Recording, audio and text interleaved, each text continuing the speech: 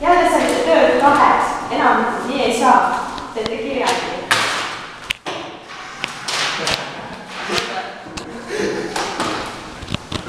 Nüüd peate kirjutama teie kirjandi 1 nädala jooksul põlvkondade vahelised probleemid 400 sõna ja õigeks ajaks peab valmis olema.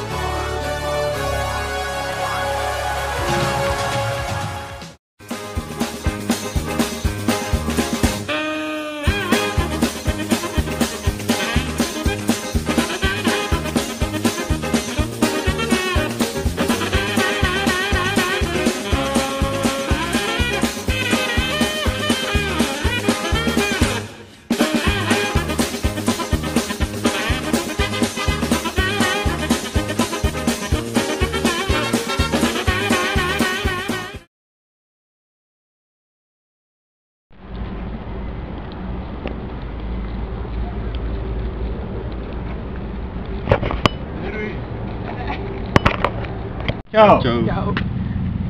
Tere, et meil on selline probleem, et me kirjutame esimest korda kirjandit, et kas sa saaksid aidata meid? No, milles abi vaja on? Kõiges, kui päris aus olla. Ei, me oleme täitsa võhikud sellest kirjandi kirjutamist. No ma võin teid aidata, ma võin rääkida, kuidas kirjandit kirjutada, aga ette ma kirjutada. Ei, see on loomulik ju, ilmselgelt. Et nagu punkt oleks vaja teada, et kuidas alustada ja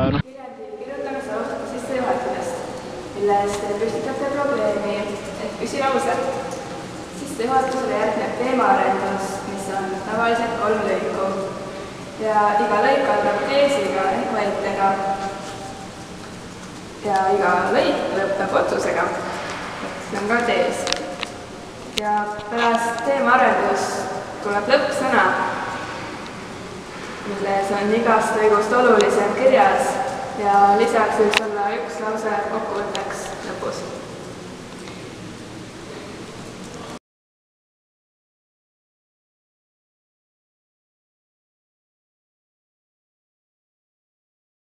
Ja kõige lõpus kirjutatakse kirjandile pealkirja, mis peab olema seotud tekstiga ja saavad ette kirjandi kirjutamisel.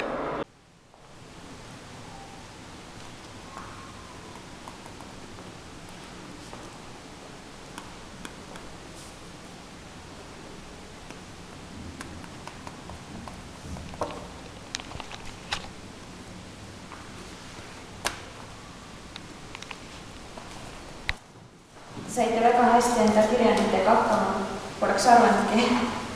Nii et ma